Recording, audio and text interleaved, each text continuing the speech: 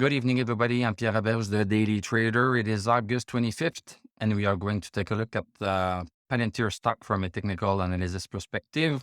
My goal in doing these videos is to help you understand how you can use technical analysis to make better trading and investing decisions. But I'm not a financial advisor, so please do your own research and make your own decisions. So Palantir up 32 cents, 3.95%, closed at 842. Post market, we are down by 4 cents. So we are reacting a little bit. So we are bouncing a little bit on this support right here. So we broke this very steep downward resistance.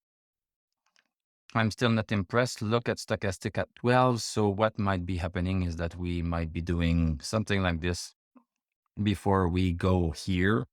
And I'm going to change my mind if we get stochastic over 60 and if we break back $9. If we don't, this is just a little bit of a side reaction.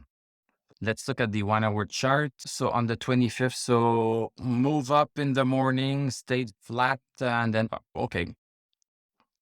We have a good stochastic on the 1 hour chart. Okay. This was a nice little move right here.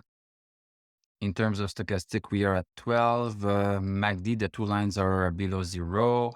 RSI is bumping up, back up a little bit. Okay, thank you very much. Everything is in the tank. It's going to take a while before, it's going to take a couple of weeks at least until all of the indicators start turning green and the stock need to at least break $9 for us to start believing a bull trend again. Thank you very much for watching. Thank you for liking, commenting, subscribing.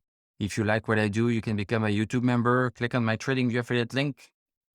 I'm going to wish you a great evening. We are going to talk tomorrow and I'm going to tell you à la prochaine.